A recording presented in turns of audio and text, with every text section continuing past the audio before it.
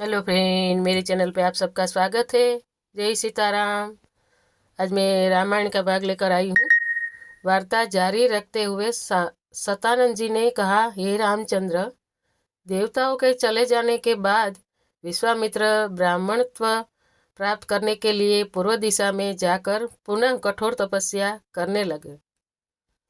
बिना अन्न जल ग्रहण किए वर्षों तक तपस्या करते करते उनकी देह सूख कर कांटा बन गई।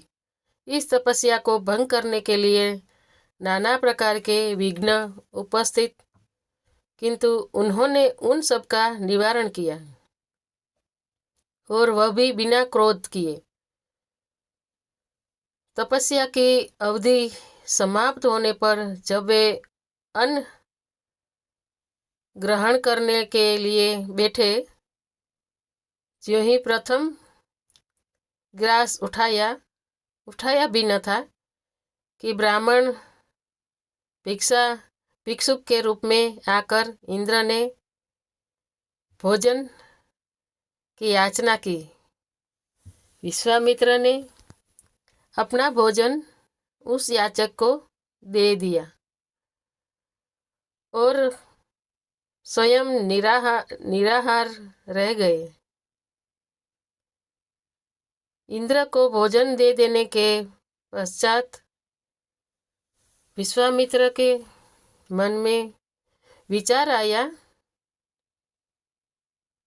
कि संभवतः अभी मेरे भोजन ग्रहण करने का अवसर नहीं आया है, इसलिए याचक के रूप में यह विप्र उपस्थित हो गया। मुझे अभी और तपस्या करना चाहिए।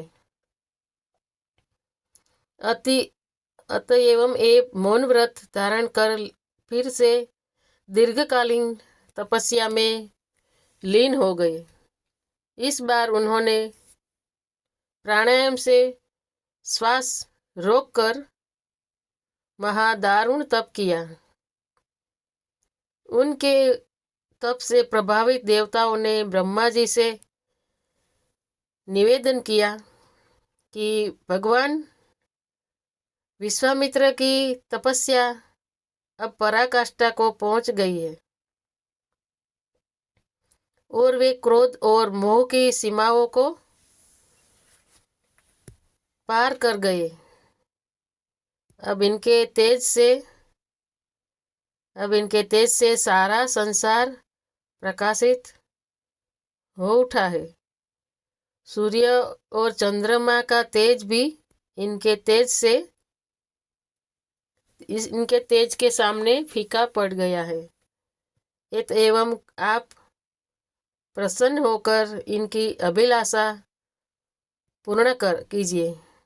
जय सिया राम, जय सिया राम, जय सिया राम।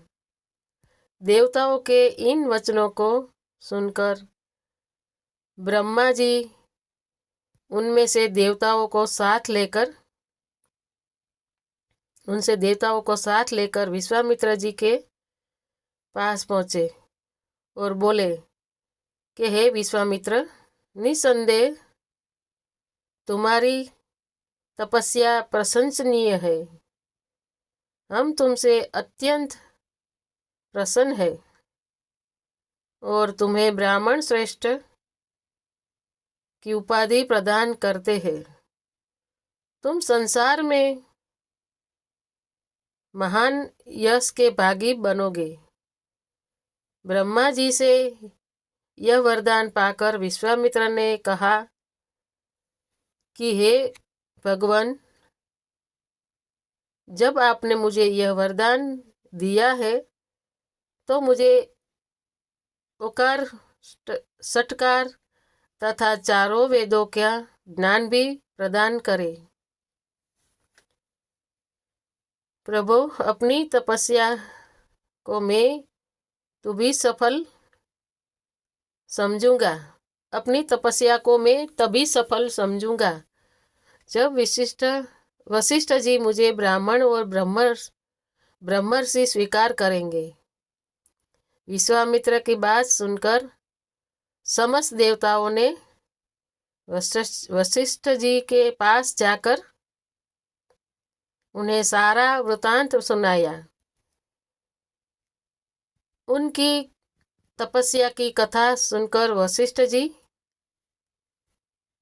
वशिष्ठ जी स्वयं विश्वामित्र के पास पहुंचे और उन्हें अपने हृदय से लगाकर बोले कि विश्वामित्र जी, आप वास्तव में ब्रह्मर्षि है। मैं आज से आपको ब्राह्मण स्वीकार करता हूँ। जय सिया राम, जय सिया राम, जय सिया राम। हे रघुनंदन, इतनी कठोर तपस्याओं एवं भारी संघर्ष के पश्चात विश्वामित्र जी ने यह महान पद प्राप्त किया है। ये बड़े विद्वान, धर्मात्मा, तेजस्वी एवं तपस्वी है।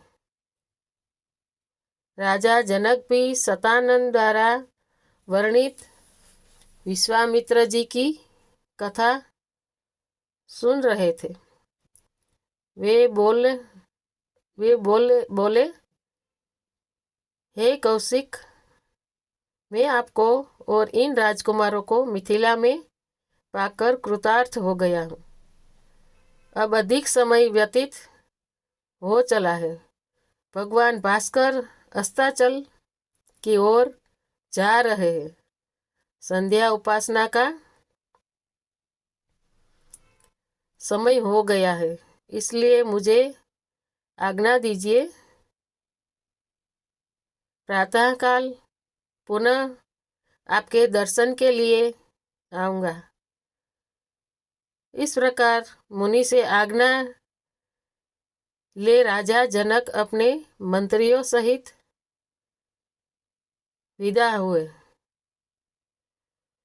विश्वामित्र जी भी दोनों राजकुमारों के साथ अपने निश्चित स्थान के लिए चल पड़े। जय भोलेनाथ, जय भोलेनाथ।